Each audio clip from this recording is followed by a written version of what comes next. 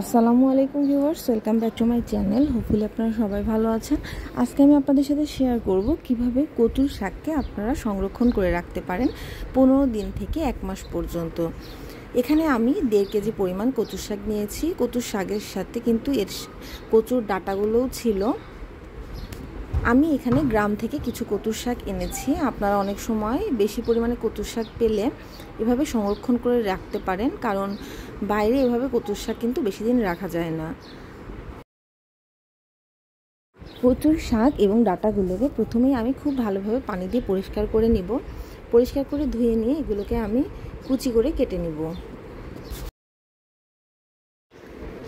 কুচি করে কাটার পরে আপনারা যদি শাকগুলো ধোন, সেক্ষেত্রে কিন্তু এর ভেতর থেকে যথেষ্ট পরিমাণ পুষ্টি বেরিয়ে যেতে পারে। এজন্য খুব ভালোভাবে পরিষ্কার করে ধুয়েই আপনারা কেটে নেবেন।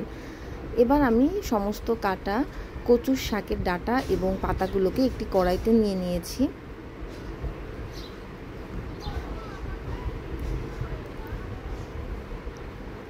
কচুর শাক কিন্তু শরীরের জন্য অনেক উপকারী। এটি কিন্তু প্রচুর পরিমাণে আয়রন সমৃদ্ধ একটি শাক। আপনারা আপনাদের শরীরের ঘাটতি পূরণের জন্য এই কচুর শাক খেতে পারেন। কচুর শাকগুলো আমি একটি কড়াইতে নিয়ে নিচ্ছি। এবার এর মধ্যে আমি প্রয়োজনীয় উপকরণগুলো দিয়ে দিব।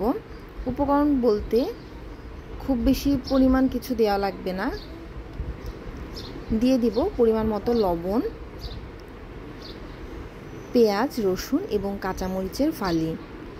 এখানে আমি 5-6টি পেঁয়াজ, 5টি রসুন এবং 9 থেকে 10টি কাঁচামরিচ দিয়েছি। এই শাকে রসুন, পেঁয়াজ এবং ঝালের পরিমাণ বেশি হলে কিন্তু খেতে ভালো লাগে, তবে আপনারা আপনাদের স্বাদ অনুযায়ী ঝালের পরিমাণ ব্যবহার করবেন। শাক যেহেতু কমে আসে, এজন্য আপনারা যদি লবণের পরিমাণ বুঝতে না পারেন, সেক্ষেত্রে শাক যখন কমে আসবে সেই পর্যায়ে লবণটি দিতে পারেন। এতে কিন্তু অতিরিক্ত পানি দিতে হবে না। চুলায় জাল ধরিয়ে দিয়েছি সিদ্ধ হওয়ার জন্য। কচু শাক সিদ্ধ হয়ে কিন্তু এর ভেতর থেকে যথেষ্ট পরিমাণে পানি বের হয়ে যাবে। আমি এবার একটি ঢাকনা দিয়ে শাকগুলোকে সিদ্ধ করে নিব মিডিয়াম আঁচে। এভাবে সিদ্ধ করে নিয়েই কিন্তু আপনারা এটি সংরক্ষণ করতে পারেন। খুব ভালোভাবে শাকগুলো সিদ্ধ হয়ে গেছে। এবার আমি এগুলোকে চুলা থেকে নামিয়ে একটি ঝাঁঝরির ওপর দিয়ে সমস্ত পানিগুলো ঝরিয়ে নিয়েছি। এতে কিন্তু খুব বেশি পরিমাণ পানি ছিল না, যেটুকু ছিল সেটুকু আমি ঝরিয়ে নিয়েছি। এবার আমি একটি শুকনো বাটি নিয়ে নিয়েছি। সেই বাটিতে আমি এবার শাকগুলোকে সংরক্ষণের জন্য নিয়ে নিচ্ছি। আপনারা যে কোনো প্রকার বাটি ব্যবহার করতে পারেন।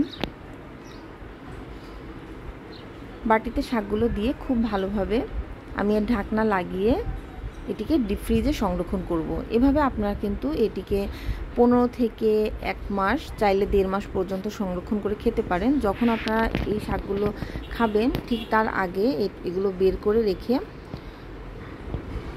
অল্প পরিমাণ পেঁয়াজ এবং রসুন কুচি ফোড়নে এগুলো তেলে দিয়ে পরিবেশন করে নিতে পারবেন।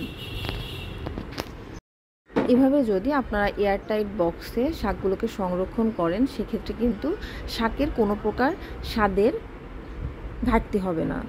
Thanks for watching my video.